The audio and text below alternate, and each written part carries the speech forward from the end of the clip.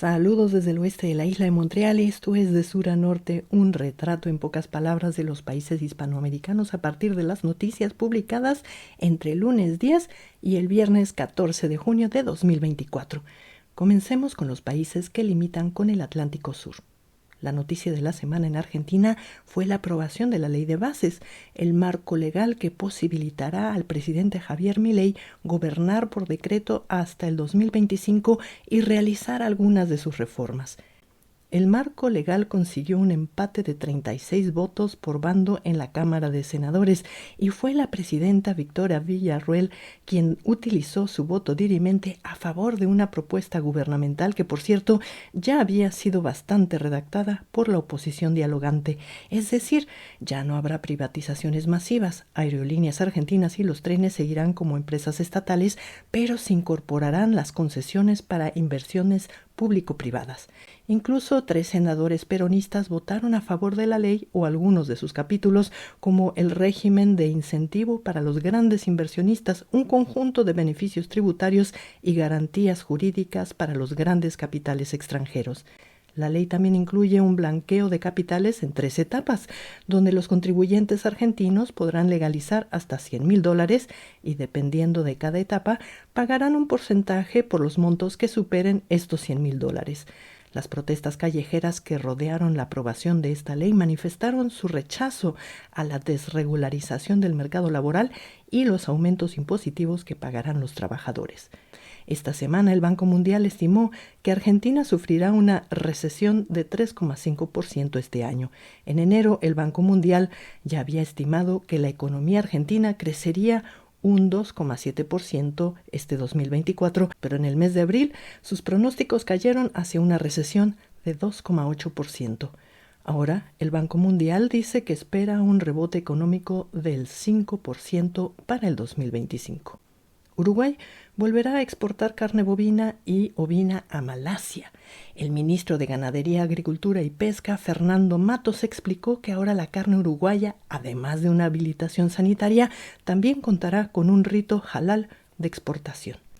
En un tema semejante, 80,000 personas podrían beneficiarse del Plan de Agricultura Familiar Uruguayo aprobado por la FAO. El ministro Matos explicó que el 25% de las exportaciones de carne uruguaya provienen de la agricultura familiar, a la cual definió como la salvaguarda de los intereses sociales y culturales uruguayos, de la identidad nacional y de las costumbres en el ámbito rural. Y para finalizar con el Atlántico Sur, una empresa de capitales argentinos abrió una planta citrícola en el sur uruguayo, una inversión de más de $20 millones que, según el presidente Luis Lacalle Pou, generará más de 1,000 empleos directos y quintuplicará la actual oferta cítrica uruguaya. Ahora subamos por los países mediterráneos. Paraguay comenzó a exportar su carne de res a Canadá. Esta semana salió el primer lote, carne para hamburguesa, desde la planta Frigochorti de la cooperativa Chortitzer ubicada en la región de Chaco. Hasta ahora Chile es el principal comprador de la carne paraguaya, según explicó Prensa Latina. Por su parte, el presidente Santiago Peña estuvo en Bolivia, donde conversó con el presidente boliviano Luis Arce y confirmó su presencia en la próxima reunión de países miembros del Mercosur. Ambos mandatarios se comprometieron a volver más fluido el comercio entre ambos países, sobre todo en el rubro de fertilizantes y combustibles. En Bolivia, el plenario del Movimiento al Socialismo organizado por Evo Morales no cumplió con los requisitos de la autoridad electoral. Recordemos que lo mismo le había sucedido al plenario organizado por los seguidores del presidente Luis Arce. El Consejo Electoral pide que el plenario del MAS cuente con la asistencia de todos sus militantes. De todos modos, el expresidente Evo Morales aprovechó la ocasión para proclamarse candidato a la presidencia de Bolivia por el movimiento. Y mientras tanto, y ante las protestas ciudadanas por la crisis del dólar y del combustible, el ejército tomó control de algunas de las estaciones de distribución del hidrocarburo para evitar robos y que el combustible se vaya a los países vecinos, como explicó Deutsche Welle. Infobae, por su parte, publicó una nota para informar que el gasto por importación de hidrocarburo en Bolivia se triplicó en la última década. Recorramos ahora la costa del Pacífico.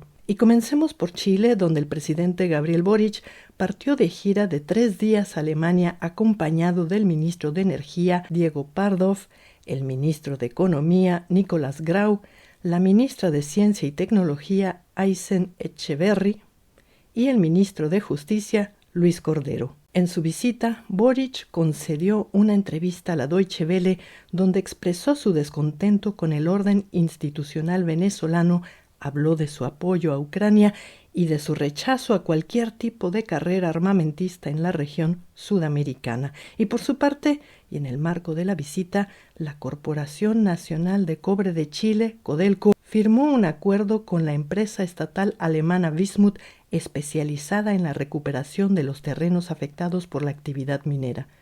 Por otro lado, CNN informó que una operación conjunta entre Chile, Francia y España desarticuló una mafia que transportaba estupefacientes de origen boliviano hacia Europa. Finalmente, diversos medios internacionales vienen informando sobre las lluvias, vientos e inundaciones que sufre el centro y sur de Chile. El inclemente clima va afectando más de 1.500 viviendas y colocó en situación de damnificados a más de 350 personas. En el Perú, el Congreso, dominado por los seguidores de la familia Fujimori, continuó debatiendo esta semana un paquete antidemocrático, como lo designó el periódico La República, un conjunto de leyes para tomar control y quitarle autonomía al Poder Judicial, entre otros temas. También sigue avanzando una ley para darle amnistía a todos los que hayan cometido crímenes de lesa humanidad antes del 2002, donde, como señalaron varios medios, uno de los principales beneficiarios sería el expresidente Alberto Fujimori. En la semana, la Comisión Interamericana de Derechos Humanos manifestó su rechazo a esta ley.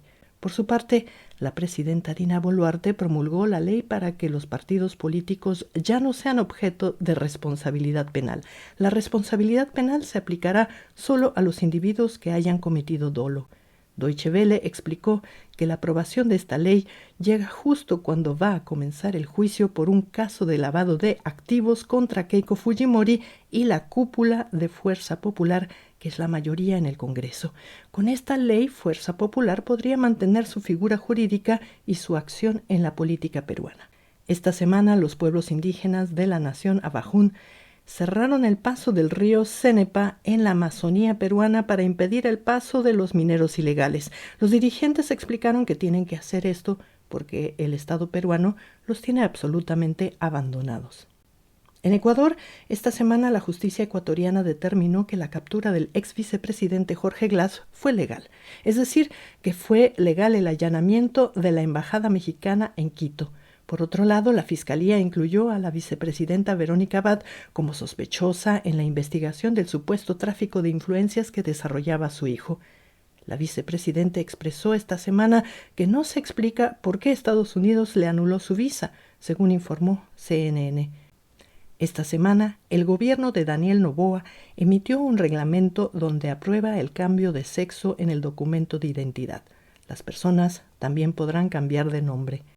En otro tema, el ministro de Economía de Ecuador, Juan Carlos Vega, anunció el fin de los subsidios en los precios de combustibles, aunque no precisa la fecha en la que comenzarán a regir los nuevos precios. Prensa Latina informó que el fin de los subsidios a los combustibles forma parte del acuerdo del gobierno ecuatoriano para recibir $4.000 millones del Fondo Monetario Internacional. Prensa Latina también recordó que en junio del 2022 el precio de los combustibles motivó un paro nacional de 18 días en Ecuador. Finalmente, una comisión investigadora de la Cámara de Diputados calificó el asesinato del candidato presidencial Fernando Villavicencio, magnicidio que sacudió a Ecuador en agosto de 2023, como un crimen político patrocinado por el crimen organizado. Y llegamos al norte amazónico. En Venezuela, los medios de todos los colores informaron que los internos de 16 centros penitenciarios entraron en huelga de hambre. Los prisioneros se quejan del retraso en la tramitación de sus procesos, piden la libertad de personas mayores de 70 años y que el gobierno ponga en práctica la revolución judicial con la que prometía solucionar el hacinamiento y los retrasos en los procesos judiciales. A mitad de semana, las agencias informaron que el presidente candidato de Venezuela, Nicolás Maduro, habría escuchado el reclamo de los presidiarios y cambió al ministro de Servicios Penitenciarios. El mandatario también reconoció el agudo problema de corrupción al interior del personal de prisiones. No puede ser que al penado o al detenido se le cobre por llevarlo hasta el baño, dicen que dijo Maduro. Colombia comenzó la semana con el anuncio de que ya no venderá carbón a Israel. Por otro lado, Chiquita Brands International, la empresa multinacional del banano o plátano, como quieran decirle, deberá pagarle a las víctimas del grupo paramilitar Autodefensas Unidas de Colombia. La empresa no pudo justificar su apoyo económico a este grupo armado. El histórico fallo tuvo lugar en un jurado en Florida, Estados Unidos, e indemnizará con más de $38 millones a los sobrevivientes y familiares de las víctimas demandantes, que en su mayoría provienen de la provincia de Urabá, en Colombia. Por supuesto que esta misma semana se supo que Chiquita apeló el veredicto. Esta semana Deutsche Welle recordó que la cumbre sobre biodiversidad COP16 tendrá lugar en la ciudad de Cali entre octubre y noviembre y señaló que esta semana el gobierno colombiano destacó a más de 5.000 soldados y policías en los alrededores de esta ciudad, la zona donde las disidencias de las FARC vienen sembrando el miedo en la población. Finalmente, la reforma en el sistema de pensiones propuesto por el presidente Gustavo Petro estuvo discutiéndose en el Congreso. Prensa Latina dejó entender que se trata de una propuesta que la oposición se empeña en detener. Entre las medidas propuestas figura ampliar la cobertura a toda persona mayor de 65 años que no haya aportado al seguro o nunca hubiera tenido la oportunidad de hacerlo. Ahora pasemos por Centroamérica y el Caribe. En Panamá detuvieron al argentino Carlos Ahumada, perseguido por la justicia mexicana en un caso de corrupción al interior del grupo con el cual Andrés Manuel López Obrador gobernó la Ciudad de México. A las 24 horas las autoridades panameñas lo pusieron en el vuelo a Paraguay porque las autoridades mexicanas no respondieron. Las autoridades mexicanas explicaron que el señor Ahumada goza de un amparo y que quizá se trató de una detención ilegal. El presidente electo, José Raúl Mulino, espera que el presidente de El Salvador, Nayib Bukele, asista a su toma de investidura. Ya están confirmados, según Infobae, los presidentes de Ecuador, Honduras, Paraguay, Costa Rica y República Dominicana. En Cuba, las autoridades piden 10 años de cárcel para una influencer que mantuvo contacto con disidentes a través de sus redes sociales.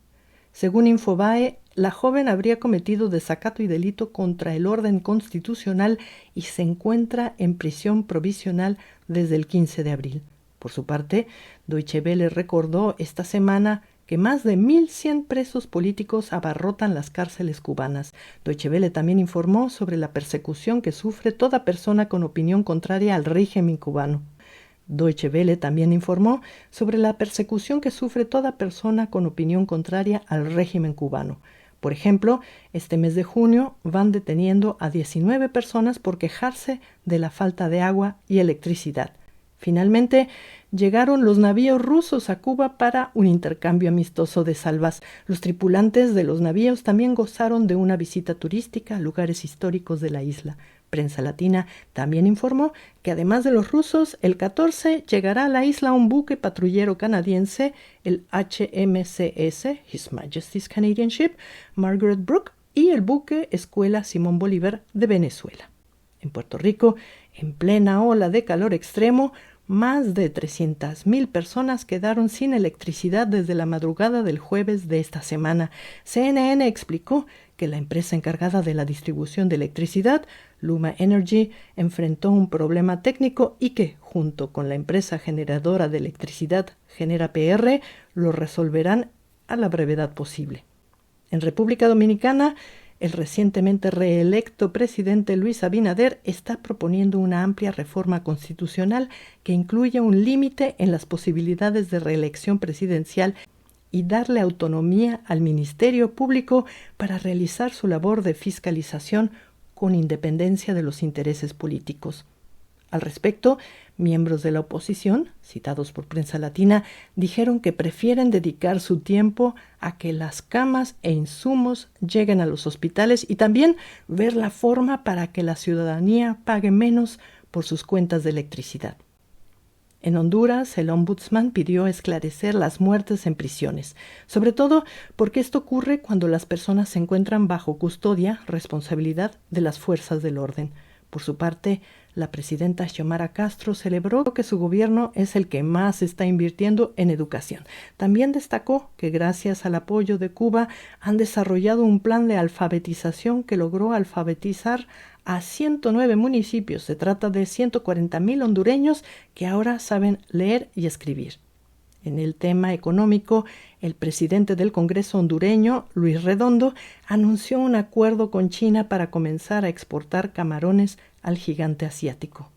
En Nicaragua, esta semana el gobierno anunció que otras 15 ONGs fueron disueltas. También informó que, de estas, 4 habrían solicitado su cierre voluntario. Todos los bienes ahora pasarán a manos del Estado nicaragüense. Deutsche Welle explicó que el gobierno de Daniel Ortega ya cerró 3.600 ONGs. Y en una breve nota, la misma Deutsche Welle informó que el hermano incómodo del presidente Daniel Ortega, el general Humberto Ortega, ingresó al Hospital Militar de Managua para ser atendido por una emergencia médica. Humberto Ortega se encuentra en una especie de arresto domiciliario luego de calificar al gobierno de su hermano como dictatorial.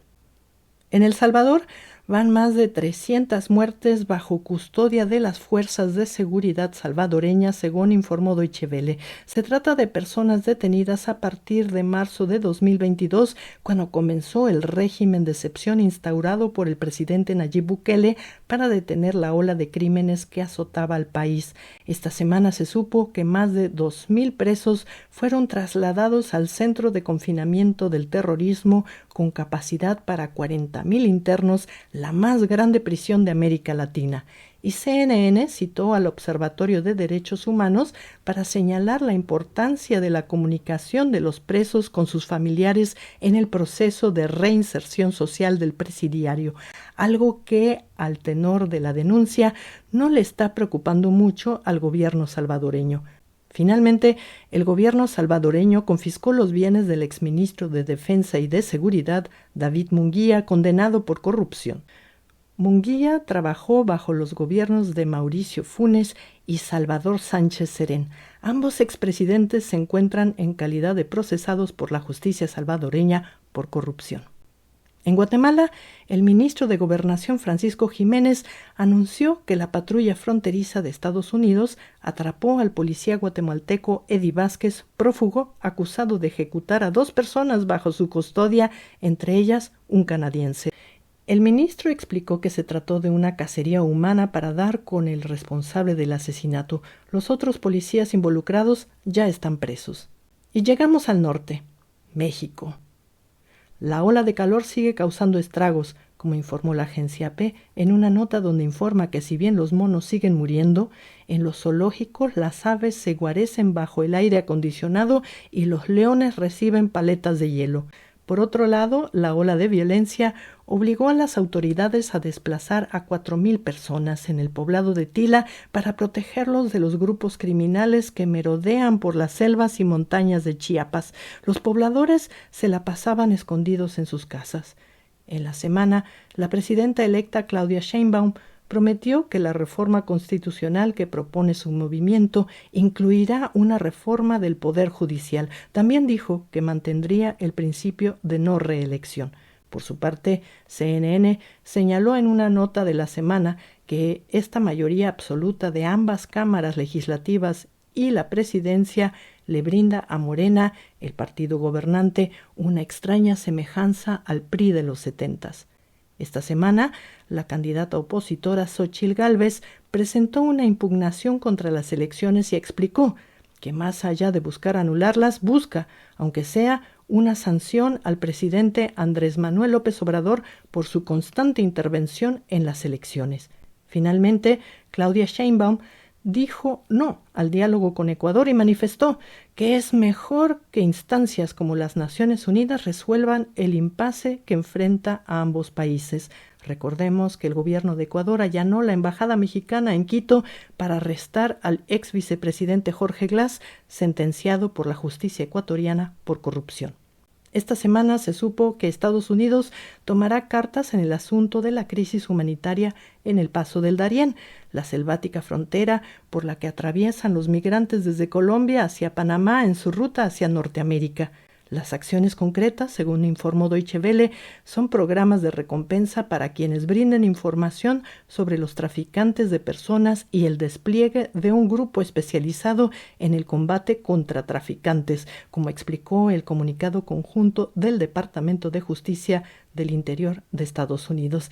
Y llegamos a Canadá, donde en Montreal este fin de semana, en la Galería Espacio México, se presentarán las historias que celebrarán la identidad y la cultura de los pueblos tzotziles y acapulqueños a través de las proyecciones de largometrajes del colectivo Terra Nostra y cortometrajes experimentales de Mina Laboratorio de Artes. Y finalizamos con el dato de la semana. En la lista de los 10 principales países exportadores de carne en el mundo, elaborada por el sitio de estadísticas online Statista, aparecen 6 países del continente americano. Argentina ocupa la 5ª posición con 795,000 toneladas de carne exportadas en 2023. Uruguay y Paraguay cierran el top 10 de exportadores globales con 485 y 445,000 toneladas respectivamente. Brasil domina con creces el mercado global al haber exportado 3.012.000 toneladas de carne en el 2023. Estados Unidos, con más de 1 millón de toneladas, y Canadá, con más de 500,000 toneladas, forman parte de los 10 países que más carne exportaron en el 2023. Y con esto terminamos nuestro recorrido semanal de sur a norte. Desde el oeste de la isla de Montreal, les deseamos una buena semana y les decimos hasta la próxima.